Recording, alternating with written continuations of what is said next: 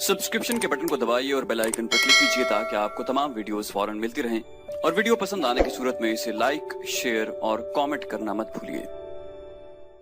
मार्च 625 ईस्वी शवाल 3 हिजरी के महीने में कुरैश ने मदीना पर हमला करने के लिए जो लश्कर तैयार किया था वो मक्का में इकट्ठा हो चुका था। उसकी कुल तादाद 3000 थी। उसमें 700 अफराद ने ज़िर्रा पहन रखी थी, घुड़सवार 200 के लगभग थे और रसद और सामान जंग 3000 ऊंटों पर लदा हुआ था।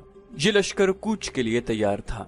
खालिद को एक रोज पहले की बात की तरह याद था कि इस लश्कर को देखकर वो किस कदर खुश हुआ था। इंतकाम की आग बुझाने का वक्त आ गया था। इस लश्कर का सालार आला अबू सुफियान था और खालिद इस लश्कर के एक हिस्से का कमांडर था। उसकी बहन भी इस लश्कर के साथ जा रही थी। उसके अलावा 14 औरतें इस लश्कर के साथ जाने के लिए तैयार थीं। इनमें अबू सुफियान की बीवी हिंद भी थी। उम्र बिन अल आस की और अबू जहल के बेटे अक्रमा की बीवियां भी शामिल थीं। बाकी सब गाने बजाने वालियां थीं। सबकी आवाज में सोज था और उनके साज दफ और ढोलक थे। इन औरतों का जंग में ये काम था कि जो शीले और जज्बाती गीत गाकर सिपाहियों का हौसला बुलंद रखें और उनकी याद ताज़ा करती रहें जो जंगे बदर में मारे गए थे। खालिद को अफ्रीका का एक हबशी याद आया जिसका नाम वहशी बिन हर्ब था। वो कुरैश के एक सरदार जुबैर बिन मुतम का गुलाम था। वो दराज कद और स्याह रू और ताकतवर था। उसने बर्छी मारने के फन में शोहरत हासिल की थी। उसके पास अफ्रीका की बनी हुई बर्छी थी। उसका अफ्रीकी नाम कुछ और था। उसे अरबी नाम जुबैर ने उसके जंगी कमालात देख कर दिया था। बिन हर्ब कूच से कुछ देर पहले जुबैर बिन मुतम ने उसे कहा, मुझे अपने चचा के खून का बदला लेना है। शायद मुझे मौका न मिल सके। मेरे चचा को बदर की लड़ाई में मोहम्मद सल्लल्लाहु अलैहि वसल्लम के चचा हमजा ने कत्ल किया था। अगर तुम हमजा को कत्ल कर दो तो मैं तुम्हें आजाद कर दूंगा। हमजा मेरी बर्छी से कत्ल होगा। वहशी बिन हर्ब ने कहा। ये हबशी गुलाम उस तरफ जा निकला जहाँ वो औरतें ऊंटों पर सवार हो चुकी थीं जो इस लश्कर के साथ जा रही थीं। किसी औरत ने उसे पुकारा। वो रुक गया। देखा कि अबू सुफियान की बीवी हिंद उसे बुला रही थी। वो उसके करीब चला गया। हिंद ने कहा कि हैरान न हो, मैंने बुलाया है। मेरा सीना इंतकाम की आग से जल रहा है। मेरा सीना ठंडा कर दे। गुलाम ने कहा, हुक्म खातून, अपने सालार की जोजा के हुक्म पर अपनी जान भी दे दूंगा। बदर में मेरे बाप को हमजा ने कत्ल किया था। हिंद ने कहा, तू हमजा को अच्छी तरह पहचानता है। ये देख, मैंने सोने के जो जेवरात पहन रखे हैं। अगर तू हमजा को कत्ल कर देगा तो ये सब जेवरात तेरे होंगे। वहशी बिन हर्ब ने हिंद के जेवरात पर नजर डाली तो वो मुस्कुराया और जेर लब पुरअज़्म लहजे में बोला, हमजा को मैं ही कत्ल करूंगा। खालिद को अपने लश्कर का कूच याद था। उसी रास्ते से लश्कर मदीना को गया था। उसने एक बुलंद जगह खड़े होकर लश्कर को देखा था। उसका सीना फख्र से फैल गया। उसे मदीना के मुसलमानों पर रहम आ गया था, लेकिन इस रहम ने भी उसे मुसर्रत दी थी। ये खून की दुश्मनी थी। ये उसके वकार का मसला था। मुसलमानों को कुचल डालना उसका अज़्म था। जंग उहद के बहुत दिन बाद उसे पता चला था कि जब मक्का में कुरैश अपना लश्कर जमा कर रहे थे तो इत्तला रसूल करीम को मिल गई थी, और जब ये लश्कर मदीना के रास्ते में था तो रसूल खुदा सल्लल्लाहु अलैहि वसल्लम को उसकी रफ्तार, पड़ाव और मदीना से फासले की इत्तलाएं मुसलसल मिलती रही थीं। आप सल्लल्लाहु अलैहि वसल्लम को लश्कर के मक्का से कूच की इत्तला हजरत अब्बास रज़ियल्लाहु अन्हु ने दी थी। कुरैश के इस लश्कर ने मदीना से कुछ मील दूर कोहे अहद के करीब एक ऐसी जगह कैंप किया था जो हरी भरी थी और वहाँ पानी भी था। खालिद को मालूम न था कि मुसलमानों के 2 जासूस इस लश्कर की पूरी तादाद देखाए हैं और रसूल करीम सल्लल्लाहु अलैहि वसल्लम को बता चुके हैं। 21 मार्च 625 के रोज रसूल करीम सल्लल्लाहु अलैहि वसल्लम ने अपनी फौज को कूच का हुक्म दिया और शेखीन नामी एक पहाड़ी के दामन में खैमाजन हुए। आप सल्लल्लाहु अलैहि वसल्लम के साथ 1000 प्यादा मुजाहिदीन थे, जिनमें 100 ने सरों पर ज़िरा पहन रखी थी।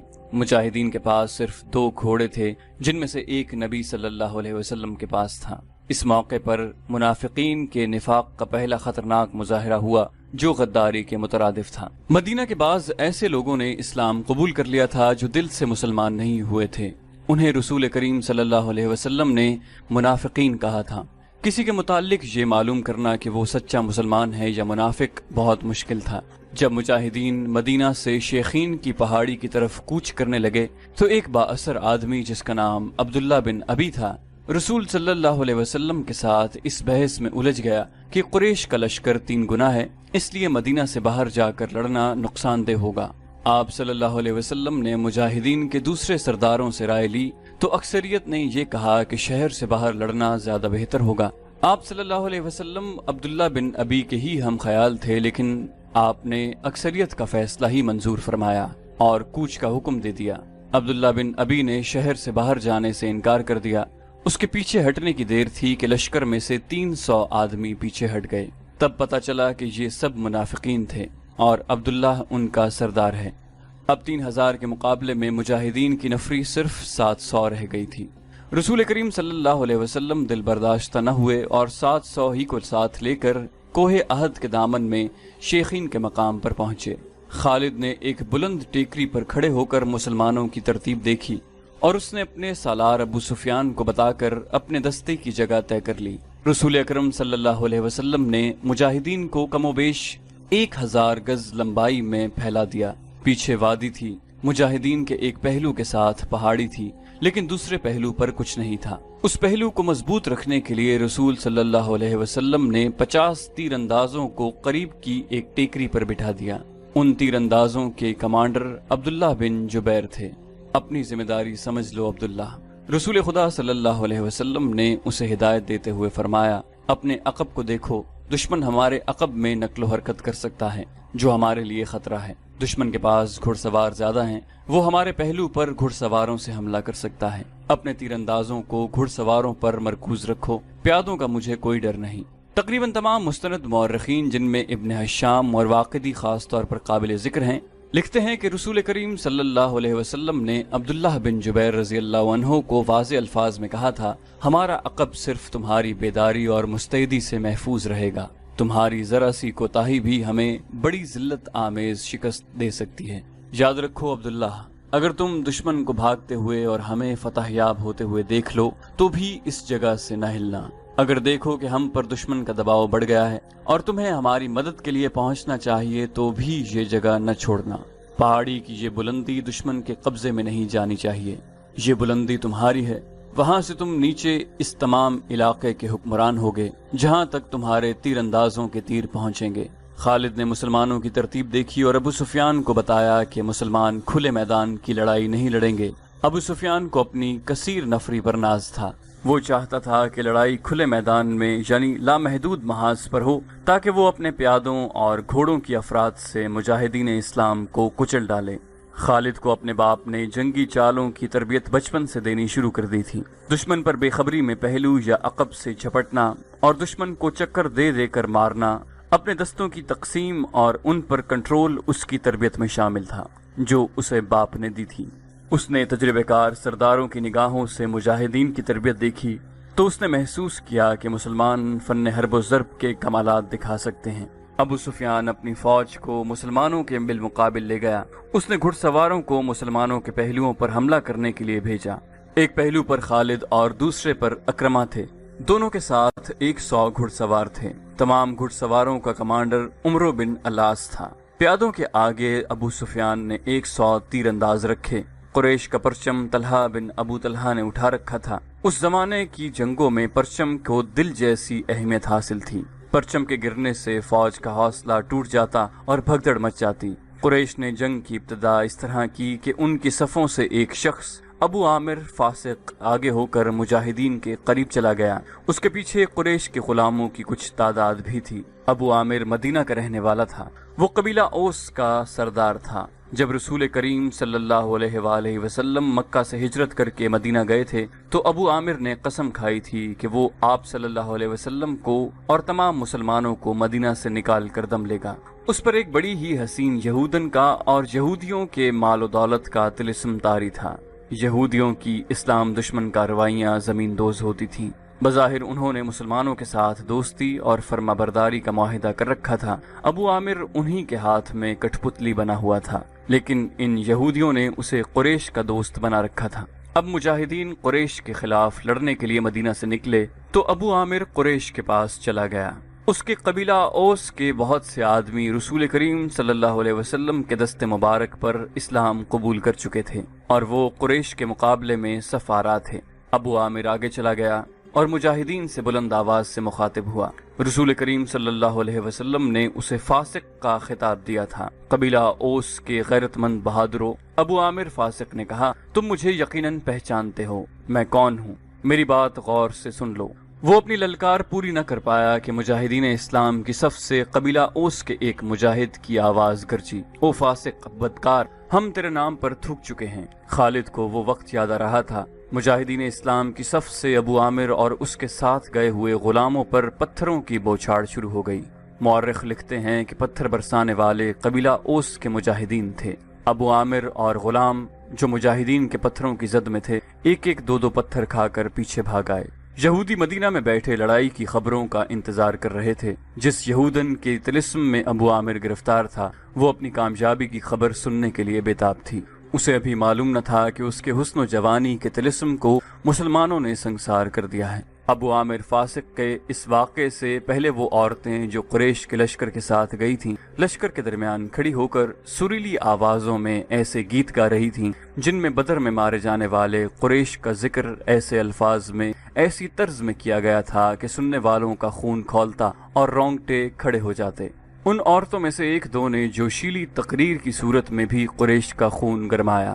عورتوں کو پیچھے چلے جانے کا حکم ملا تو ابو سفیان کی بیوی ہند نے ایک گھوڑے پر سوار ہو کر ایک گیت گانا شروع کر دیا۔ اس کی آواز بلند تھی اور اس میں سوز بھی تھا۔ تاریخ لکھنے والوں نے اس گیت کے پورے اشعار قلم بند نہیں کیے۔ انہوں نے لکھا ہے کہ یہ گیت فحش تھا جس میں مرد و عورت کے درپردہ تعلقات کا ذکر تھا۔ اشعار جو تاریخ میں آئے ہیں وہ اس طرح ہیں، ان میں جس عبدالدار کا نام آتا ہے یہ بنو عبدالدار ہے۔ بنو امیہ اسی کی ایک شاخ تھی۔ بنو عبدالدار قریش کا بہت اونچا خاندان تھا۔ عبدالدار کے سپوتوں، ہمارے گھرانوں کے پاسبانوں، ہم رات کی بیٹیاں ہیں، ہم تکیوں کے درمیان حرکت کیا کرتے ہیں، اس حرکت میں لطف اور لذت ہوتی ہے۔ تم دشمن پر چڑھ دوڑے تو ہم تمہیں اپنے سینوں سے لگا لیں گے، تم بھاگ آئے تو ہم تمہارے قریب نہیں آئیں گے۔ اس کے بعد ابو عامر فاسق پر مجاہدین اسلام کی طرف سے سنگباری ہوئی اور اس کے فوراً بعد قریش نے مجاہدین پر تیر پھینکنے شروع کر دیے۔ مجاہدین نے اس کے جواب میں تیر برسائے۔ خالد اپنے پہلو والے مسلمانوں کے پہلو پر حملہ کرنے کے لیے اپنے 100 سواروں کے ساتھ تیزی سے بڑھا۔ اسے معلوم نہ تھا کہ بلندی پر تیر انداز چھپے بیٹھے ہیں۔ اس کے سوار بے دھڑک چلے آ رہے تھے۔ راستہ ذرا تنگ تھا، سواروں کو آگے پیچھے ہونا پڑا۔ خالد سوچ سمجھ کر اپنے سوار دستے کو اس پہلو پر لایا تھا۔ اپنے باپ کی تربیت کے مطابق اسے بڑی خود اعتمادی سے توقع تھی کہ وہ ہلہ بول کر مسلمانوں کو اس پوزیشن میں لے آئے گا کہ وہ پسپا ہو جائیں گے، اور اگر جم کر نہ لڑے تو قریش کے گھوڑوں تلے کچلے جائیں گے۔ مگر مسلمانوں کے پہلو سے اس کے سوار ابھی دور ہی تھے کہ اوپر سے تیر اندازوں نے اس کے اگلے سواروں کو نہ آگے جانے کے قابل چھوڑا نہ وہ پیچھے ہٹنے کے قابل رہے۔ ایک ایک سوار کئی تیر کھا کر گرا، اور جن گھوڑوں کو تیر لگے انہوں نے خالد کے سوار دستے کے لیے قیامت برپا کر دی۔ پیچھے والے سواروں نے گھوڑے موڑے اور پسپا ہو گئے۔ ادھر قریش کی عورتوں نے دف اور ڈھولک کی تھاپ پر وہی گیت گانا شروع کر دیا جو ہند نے اکیلے گایا تھا۔ مورخ واقعی لکھتا ہے کہ عربی جنگجوؤں کے اس وقت رواج کے مطابق ایک ایک جنگجو کے لڑنے کا مرحلہ آیا۔ سب سے پہلے قریش کے پرچم بردار طلحہ بن ابو طلحہ نے آگے جا کر مجاہدین اسلام کو للکارا کہ اس کے مقابلے کے لیے کسی کو آگے بھیجو۔ عامر دین کے دشمن حضرت علی رضی اللہ عنہ نے تند ہوا کے جھونکے کی طرح آگے آ کر کہا، میں آتا ہوں تیرے مقابلے کے لیے۔ طلحہ اپنے قبیلے کا پرچم تھامے تلوار لہراتے ہوئے بفرا ہوا آیا، مگر اس کا وار ہوا کو چیرتا ہوا گزر گیا۔ وہ ابھی سنبھل ہی رہا تھا کہ حضرت علی کی تلوار نے اسے ایسا گہرا زخم لگایا کہ پہلے اس کا پرچم گرا، پھر وہ خود گرا۔ قریش کا ایک آدمی دوڑا آیا اور پرچم اٹھا کر لے گیا۔ حضرت علی اسے بھی گرا سکتے تھے، مگر انفرادی مقابلوں میں یہ روا نہ تھا۔ طلحہ کو اٹھا کر پیچھے لے آئے۔ اس کے خاندان کا ایک اور آدمی آگے بڑھا۔ میں انتقام لینے کا پابند ہوں، وہ للکار کر آگے گیا، آ میری تلوار کی کاٹ دیکھ۔ حضرت علی رضی اللہ عنہ خاموشی سے اس کے مقابلے پر آ گئے۔ دونوں نے ایک دوسرے کی آنکھوں میں آنکھیں ڈالے، ایک چکر کاٹا، پھر ان کی تلواریں اور ڈھالیں ٹکرائیں، اور اس کے بعد سب نے دیکھا کہ حضرت علی کی تلوار سے خون ٹپک رہا ہے اور ان کا مد مقابل زمین پر پڑا تڑپ رہا تھا۔ پھر قریش کے متعدد آدمی باری باری للکارتے ہوئے آگے بڑھے، مجاہدین کے مقابلے میں مرتے گئے۔ قریش کا سالار اعلیٰ ابو سفیان اپنے آدمیوں کو گرتا دیکھ کر غصے سے بے قابو ہو گیا۔ جنگی دستور کے مطابق اسے انفرادی مقابلے کے لیے نہیں اترنا چاہیے تھا، کیونکہ وہ سالار تھا۔ اس کے مارے جانے سے اس کی فوج میں ابتری پھیل سکتی تھی، لیکن وہ اپنے آپ پر قابو نہ رکھ سکا۔ وہ گھوڑے پر سوار تھا۔ اس نے گھوڑے کو ایڑ لگائی اور للکارتا ہوا آگے چلا گیا۔ اس کی بیوی ہند نے اسے جاتے دیکھا تو اپنے اونٹ پر سوار ہو کر آگے چلی گئی اور بڑی بلند آواز سے وہی گیت گانے لگی۔ ابو سفیان گھوڑے پر سوار تھا، لیکن اس کے مقابلے کے لیے جو مسلمان آگے آیا وہ پیادہ تھا۔ تاریخ اسے حنظلہ بن ابو عامر رضی اللہ عنہ کے نام سے یاد کرتی ہے۔ ابو سفیان کے ہاتھ میں لمبی برچھی تھی۔ کسی کو بھی توقع نہ تھی کہ تلوار والا پیادہ برچھی والے گھڑ سوار سے زندہ بچ جائے گا۔ ابو سفیان کا گھوڑا حنظلہ رضی اللہ عنہ پر سرپٹ دوڑا آیا۔ ابو سفیان نے برچھی تول کر پھر تاک کر ماری، لیکن حنظلہ رضی اللہ عنہ پھرتی سے ایک طرف ہو گئے۔ اس طرح 3 مرتبہ ہوا۔ تیسری مرتبہ ابو سفیان کا گھوڑا نکل گیا تو حنظلہ اس کے پیچھے دوڑ پڑے۔ گھوڑا رک کر پیچھے کو مڑا تو حنظلہ رضی اللہ عنہ اس تک پہنچ چکے تھے۔ ابو سفیان اسے دیکھ نہ سکا۔ حنظلہ نے گھوڑے کی اگلی ٹانگوں پر ایسا زوردار وار کیا کہ گھوڑا گر پڑا۔ ابو سفیان دوسری طرف گرا۔ حنظلہ رضی اللہ عنہ اس پر حملہ کرنے کو آگے بڑھے تو ابو سفیان گرے ہوئے گھوڑے کے ارد گرد دوڑ کر اپنے آپ کو بچانے لگا، اور اس کے ساتھ ہی اس نے قریش کو مدد کے لیے پکارا۔ قریش کا ایک پیادہ دوڑا آیا۔ مسلمان اس غلط فہمی میں رہے کہ یہ آدمی ابو سفیان کو اپنے ساتھ لے جائے گا، لیکن اس نے بے اصولی کا مظاہرہ کیا اور پیچھے سے حنظلہ رضی اللہ عنہ پر وار کر کے انہیں شہید کر دیا۔ ابو سفیان اپنی صفوں میں بھاگ گیا۔ سبسکرپشن کے بٹن کو دبائیے اور بیل آئیکن پر کلک کیجیے تاکہ آپ کو تمام ویڈیوز فوراً ملتی رہیں، اور ویڈیو پسند آنے کی صورت میں اسے لائک، شیئر